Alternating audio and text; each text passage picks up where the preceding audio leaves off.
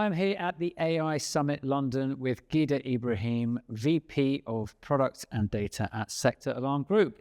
Ghida, how are you doing? I'm good. How are you, Tom? Yes, very well, thank you. Very well. Have you been enjoying the show so far? Yeah, very much. Excellent. So you have quite an extensive kind of background in the world of AI, and you've worked, I believe, at Meta in the past and with the big tech and startup scale-ups. So what do you think are the sort of prevailing themes across the industry for this year's event?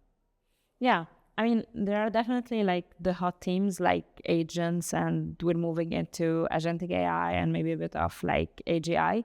But the most prevalent things, in my opinion, for, all kinds of businesses, whether these are like established businesses or startups or scale-ups, is how to make AI work for the business and how to move beyond the hype to actually bringing value for the customer or for the business. So I think this is kind of one of the big themes, and I see a lot of, the talks around that. Also a lot of, the value proposition by startups or more scale-ups and the expo, for instance, related to how do we bring this value to enterprises. Great. And so you mentioned, separating the hype from the real kind of business value. Like, what do you think is what is just hype and where is the business to be found? Like, what are the kind of buzzwords that maybe you're trying to avoid versus where you think the actual value is? Yeah, I think the hype is in a bit of the illusion that you can get AI to work for you tomorrow. And there are definitely some like low-hanging fruit in every business, especially related to employee productivity. If you have, a ChatGPT enterprise license, I think your employees would benefit, would become more productive, etc. However, more often than not, it's not as simple as that. Whether it is kind of building AI-driven products and processes or driving business adoption, both of these things are not as simple to implement in reality. So just to give you an example, kind of making something really bring like a 50% advantage, like a 50% optimization on, a business metric, like whether it is cost or, 50% more revenue or 50% more productivity, involves a lot of putting things together. On the side of building like AI products, it involves a lot of plumbing on the digital infrastructure, making sure that you have the data ready, like a lot of emphasis on having your data ready, connecting to the right systems to get this data. And more often than not, it requires actually thinking about, do we have this data? Where? Do we have like the right integrations? How can we put it all together, etc.? Building guardrails, evaluating when you are ready to actually put these chatbots and trust them with your established customer base. And same thing on the adoption side of things.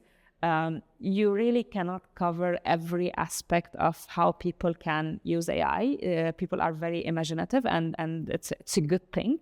But at the same time, you need to make sure that maybe your private data as a company is not going out there and being used to train other models. So how do you find highways around that? And how do you ensure that people are adopting, but in a safe and sustainable way? Interesting. So you talked a bit about the, preparing the data and making sure that, I guess, you've got the foundational properties in place. Are you still finding that it's humans that are conducting all of that work prior to deploying AI? Or do you think there is a role for agentic AI in building those foundations? And if not, do you think we will get there at some point? Yeah, I think humans are still like pretty much involved. I think when it comes, especially, on the engineering side of things, I'm, an engineer by training. I used to be like an architect for the company, for Sector Alarm. And before that, I used to be like a tech lead at Meta. I think when it comes to like architecture decision, we still need humans. It's true that we can do vibe coding right now and you can describe an app and have an MVP, but this is really like a minimum viable product. And when it comes to kind of building around, legacy system or a more complex established architecture, it's not as simple. And I think you still need experts. However, if you're kind of starting like a startup starting now, you can maybe be like AI first on every aspect. You don't have this, luggage of systems and architecture to deal with, and requires a lot of expertise and, background and context. So this is why it's also a very exciting time to build, because if you're building from scratch, you can actually start with AI at every level, and you can move much faster. Yeah. And so you mentioned vibe coding, that another buzzword that's been coming up a lot, I think. Are you encouraging your teams to experiment and vibe code and build MVPs and, fail fast and all of that sort of stuff? Yeah. So at the company where I work, we have like a set of approved tools. And these tools so far, like, they don't support really vibe coding. However, I mean, maybe that's for the best. yes, not yet, but they actually, some of them support engineers and, recommending like the best way to write certain code or helping them detect deficiencies in their code, etc., which is good. I think it's a great first step. Like, we're taking it gradually. However, I mean, I encouraged everyone on the side, when they have time, as engineers, or as like any person actually that wants to keep up with what's going on, and there's a lot going on, is to try all the new tools, including vibe coding, to see actually what's possible out there, even outside of the realm of their job. And when there is a use case for it, then a company can bring it forward and make the case for it. And so do you believe in that kind of bottom-up approach where you're kind of looking at what teams are doing on the ground and then maybe trying to sort of formalize those automations? Is that something that you're kind of broadly supportive of? Actually, Tom, I think you really need both. Okay. So it's important that as a business leader, you have a bit of a vision for your company, and you don't like plug AI because it's cool, but you plug it because it actually makes sense, whether for the customer or for your operation. So it gives like maybe a 10x advantage or like a big advantage over another technology or another way of doing things. So I think it's important that at the business leadership level, you have this awareness of what's going on, what is possible, what are the big opportunities for the business. But then also, I think it's bottom up in the sense that your engineers really need to keep up with what's going, and sometimes they're aware of tools that you're not really aware of day in, day out, because they do see the opportunities, they live the pain points every day. So they will come up with the best ideas of adoption. Just to give you an example, like a few weeks back, we had a big gathering for all our like tech leads, engineering managers, product managers, etc.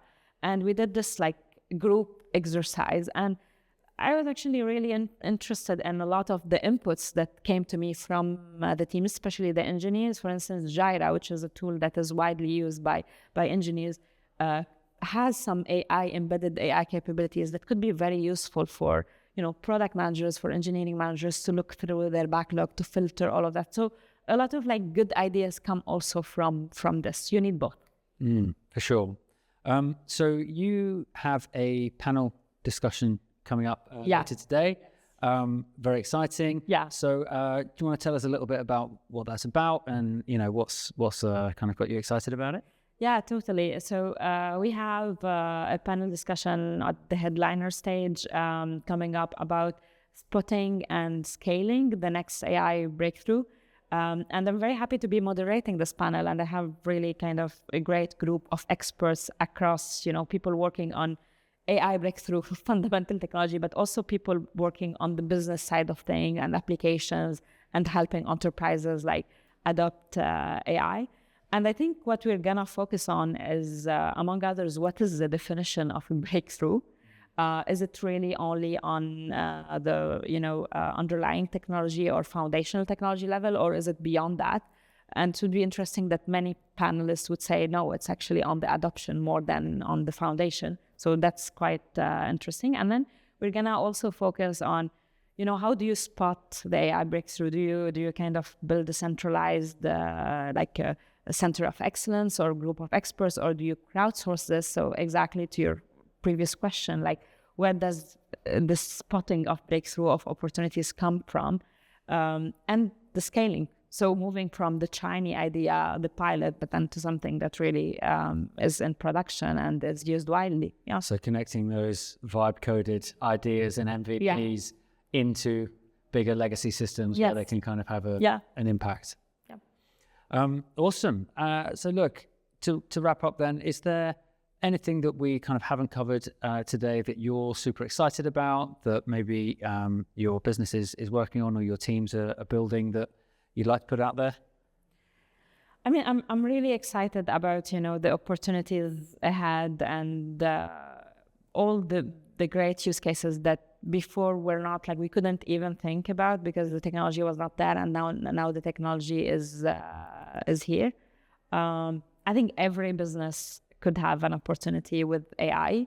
It's just a matter of kind of thinking where to prioritize, where to start first, and tying this to the strategy. So yeah. Awesome. Well, look, on that note, we'll wrap it up. Ghida, thanks so much for joining us. Thank you. Thank you. Great. Thank you.